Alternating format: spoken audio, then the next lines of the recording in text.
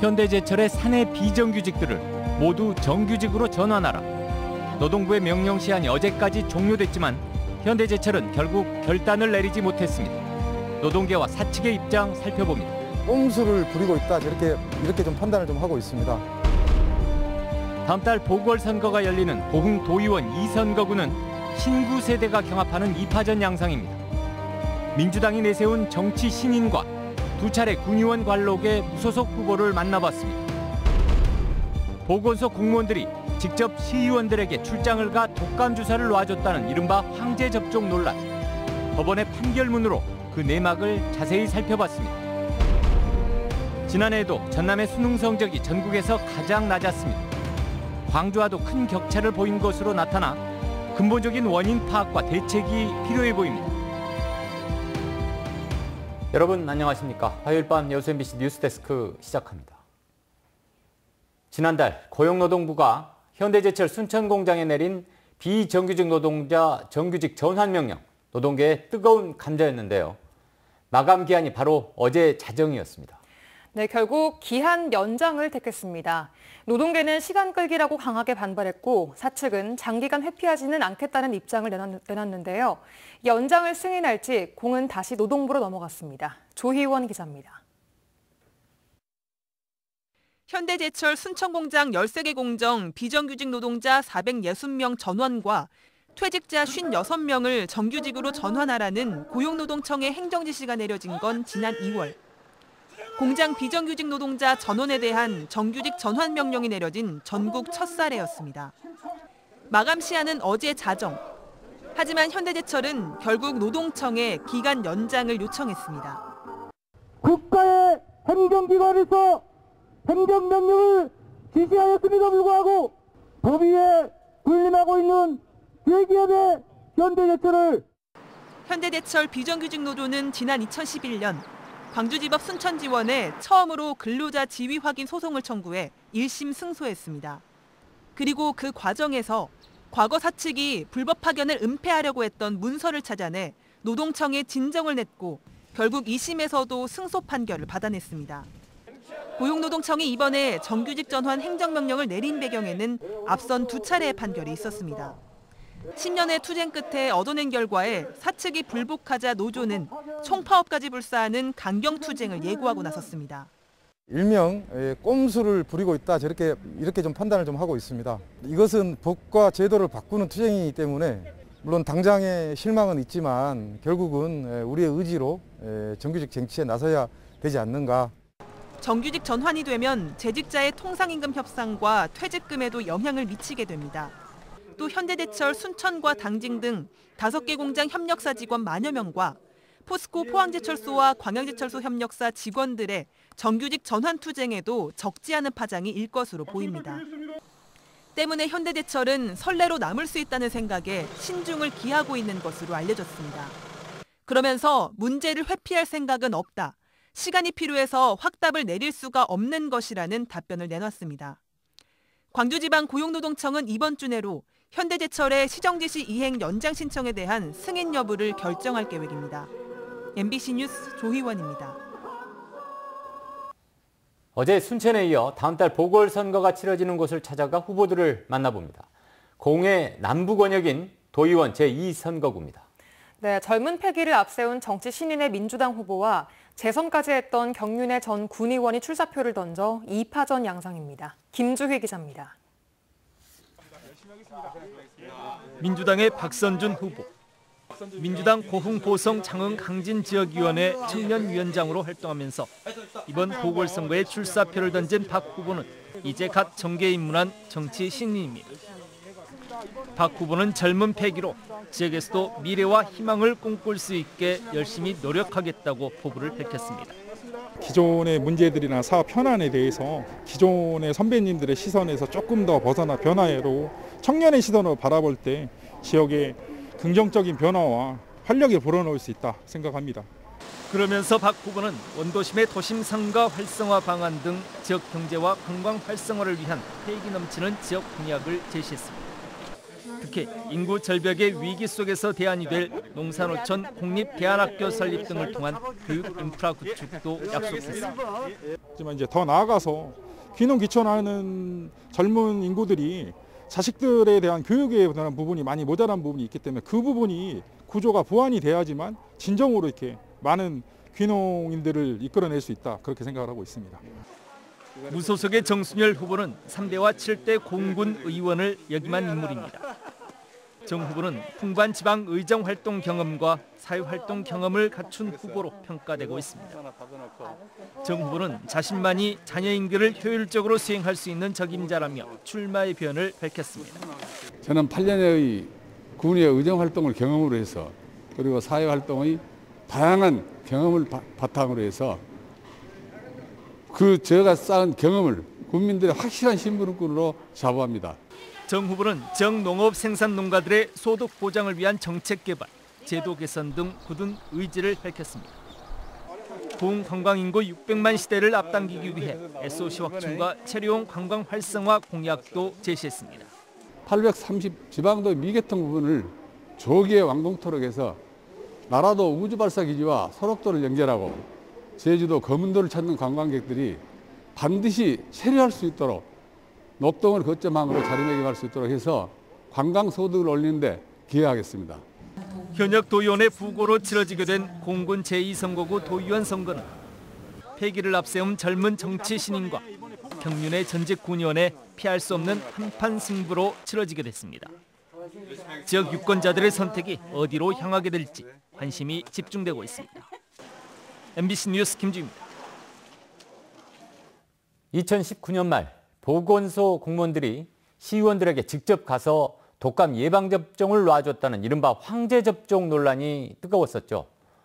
지난달 공무원 2명이 배임 혐의 등으로 유죄 판결을 받았지만 시의원들은 여전히 주사를 맞지 않았다 하며 버티고 있는데요. 판결문으로 진상을 살펴봤습니다. 양현승 기자입니다.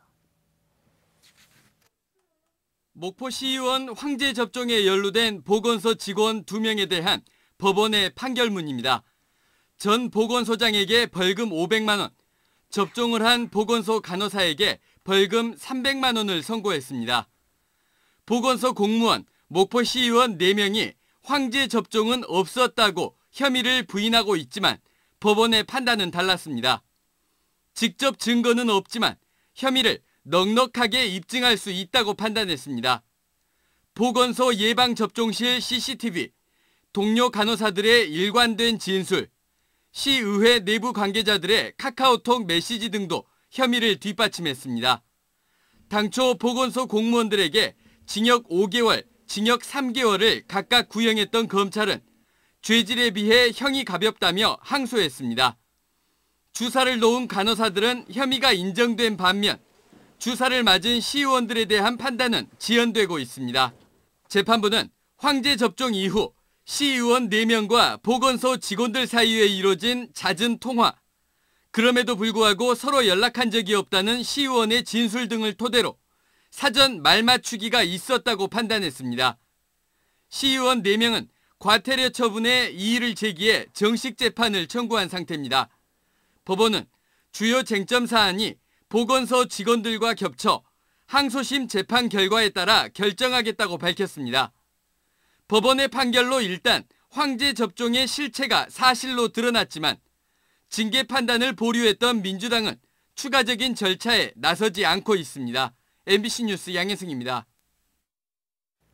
전남 지역 학생들의 수능 성적이 전국 최하위권으로 광주 지역보다도 크게 뒤떨어지는 것으로 나타났습니다. 한국교육과정평가원이 지난해 수험생들의 수능 성적을 분석한 결과에 따르면 전남 지역 학생들의 표준 점수는 광주와 같은 대도시 평균보다 크게 낮은 것으로 집계됐습니다. 과목별 전체 응시생 대비 1등급 비율은 수학 가 과목이 광주 3.1%, 전남 1.1%로 가장 큰 격차를 보였고 영어와 국어, 수학 나 과목이 뒤를 이었습니다. 교육계는 농어촌 학교가 많은 전남의 특성을 토대로 학력 지도와 입시 대책을 마련해야 한다고 지적했습니다. 여수, 순천, 광양 상공회의소가 익산 여수구간 철도의 고속화를 촉구하는 건의서를 오늘 정부와 국회 등에 전달했습니다. 이들 상인은 건의서에서 광양만권은 국내 대표 관광지이자 대규모 산업도시지만 전라선 고속화가 이루어지지 않아 수도권 접근성이 크게 떨어지고 있다고 지적했습니다. 상인은 이어 국토 균형 발전 등을 위해 전라선 고속화 사업이 반드시 필요하다며 국가철도망 구축 계획에 포함시켜줄 것을 요구했습니다.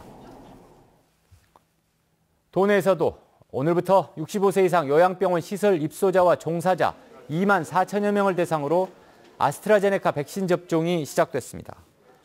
전라남도에 따르면 요양병원은 오늘부터 시작해 2주간, 요양시설은 오는 30일부터 6주 동안 각각 적절한 간격을 두고 분산 접종하며 첫 접종 후 10주 후에 2차 접종이 실시됩니다. 65세 이상 고령자는 당초 아스트라제네카 백신의 유효성을 판단하는 임상자료 등이 부족해 1분기 접종에서 제외됐었습니다. 현재까지 도내 백신 접종자는 33,444명으로 88.1%의 접종률을 보이고 있습니다. 100년 전통의 순천 저전성당이 시민에게 역사정원으로 개방됩니다.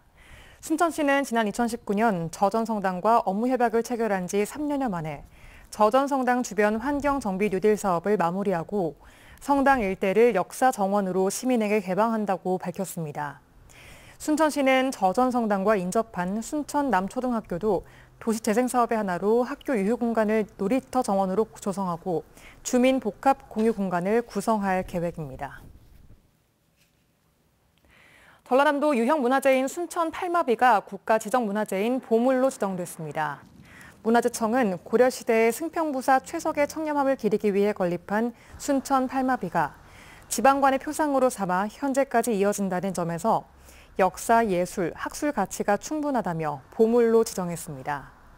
순천 팔마비는 13세기에 처음 건립됐다 1617년에 순천부사 이수광이 중건한 것으로 알려져 400년 이상의 역사성을 갖춘 것으로 평가됐습니다. 장흥의 유경오리 농장에서 발생한 AI가 고병원성으로 확진되면서 해당 농장과 1km 반경에 있는 3개 농가의 오리 5만 9천 마리가 예방적 살처분됐습니다. 전남도는 반경 10km 이내 가금류 농장에 이동 제한 조치를 내리고 도내 도축장과 사료 공장 등을 일제 소독하고 있습니다. 지난해 12월 이후 전남에서는 모두 19건의 고병원성 AI가 발생했으며 유경오리 농장이 12건으로 가장 많았습니다.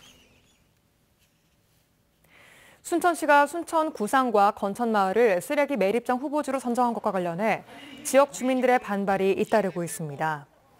최근 광양시 본강면 인근 주민들과 광양시의회가 반대 성명을 발표한 데 이어 광양 지역 시민단체들로 구성된 반대 대책위가 오늘 순천시 청사를 찾아 집회를 열었습니다. 대책위는 청정 계곡에 있는 구상과 건천마을에 혐오시설을 조성하는 건 시민을 위한 행정이 아니라며 입지 타당성 용역 조사를 중단하지 않을 경우 강경 투쟁에 나서겠다고 예보했습니다.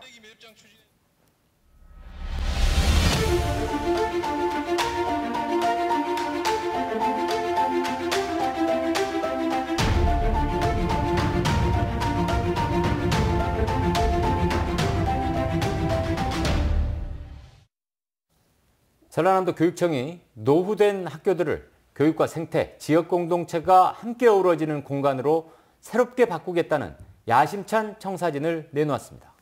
올해부터 5년간 1조 원 이상을 투자하겠다는 그린 스마트 미래학교 전략인데요. 재원을 찾을 없이 마련할 수 있을지가 관건입니다. 김윤 기자입니다. 지난 1963년 목포 원도심에 자리 잡은 동초등학교입니다. 건립된 지 50년이 지나면서 건물 외관과 내부는 대부분 고쳐서 사용하고 있습니다. 일부 수선을 했다고 하지만 첨단 디지털 교육과 생태 교육에는 부족하고 누수를 걱정하고 있는 실정입니다. 비가 오는 날이면 비도 새기도 하고 바람 부는 날이면 유리창이 덜거덕거리기도 합니다.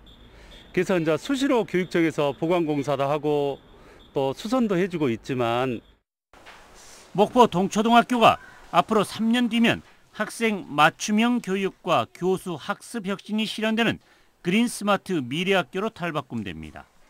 그린스마트 미래학교는 공간 혁신과 스마트 교실, 그린학교, 학교 복합화 등으로 교육과 생태, 지역 공동체가 함께 숨쉬는 공간을 창조하는 것입니다. 전남교육청은 이 사업에 올해부터 5년간 학교 시설이 40년이 넘은 초, 중, 고 175개교 242동에 1조 3천억 원을 투입합니다. 전남도교육청은 이와 같은 시대 정신을 반영해서 미래 교육으로 나아가기 위해 인프라 개선과 첨단 에듀테크 활용 등 새로운 교육 환경을 만드는 데 주력할 것입니다. 문제는 원활한 재원 조달입니다. 전체 사업비의 30%인 4천억 원가량이 국비로 지원되지만 나머지 9,300억 원은 지방비와 민간 투자 방식으로 조달해야 합니다. 그린스마트 미래학교 건설의 첫 해인 올해는 47개교 82동을 대상으로 사용자 사전 기획과 설계 공모를 거쳐 오는 2023년부터 본격적인 공사에 들어갑니다. MBC 뉴스 김윤입니다. 광주 서부경찰서는 전국을 돌며 수억 원대 보이스피싱 피해금을 수거한 20대 수거책 A씨를 구속했습니다. A씨는 지난달 19일부터 한 달간 광주와 전남, 경남, 제주 등에서 보이스피싱 전화에 속은 24명에게 총 6억 8천만 원을 가로채 조직에 전달한 혐의를 받고 있습니다. 경찰 조사 결과 A씨는 구인 구직 사이트를 통해 보이스피싱 조직에 가담했으며 한 건당 20만 원에서 50만 원의 수수료를 챙긴 것으로 드러났습니다. 본격적인 영농철을 앞두고 농업용수확보가 시급하다는 지적이 제기됐습니다. 여수갑 주철현 의원에 따르면 농어촌공사가 관리하는 저수지 가운데 지난 2일 기준 저수율이 60% 미만인 저수지는 전남 94곳 등 전국 273곳으로 집계됐습니다. 이에 대해 주 의원은 영농철 농업용수 부족으로 인한 피해를 막기 위해서는 이달 말까지 모든 준비를 마쳐야 한다며 농어촌 공사의 대책 마련을 촉구했습니다. 여수의 대표적 원도시민 한려지구 일대의 도시재생 사업이 본격적으로 추진됩니다. 여수시는 한려지구 도시재생 사업에 편입된 토지 38필지에 대한 보상 협의를 완료했으며 다음 달 주차장 조성 공사를 시작으로 본격적인 사업에 들어갈 계획이라고 밝혔습니다. 해당 사업은 한려지구 일대에 134억 원을 투입해 테마거리와 주차장, 청소년 지원시설 등을 조성하는 사업으로 내년 말쯤 완료될 예정입니다. 전남대학교 여수 캠퍼스 발전을 위한 혁신위원회가 출범했습니다. 전남대학교는 글로벌 비즈니스 학부 박복재 교수가 위원장을 맡고 8개 학과 교수 8명이 참여하는 여수 캠퍼스 혁신위원회가 발족했다고 밝혔습니다.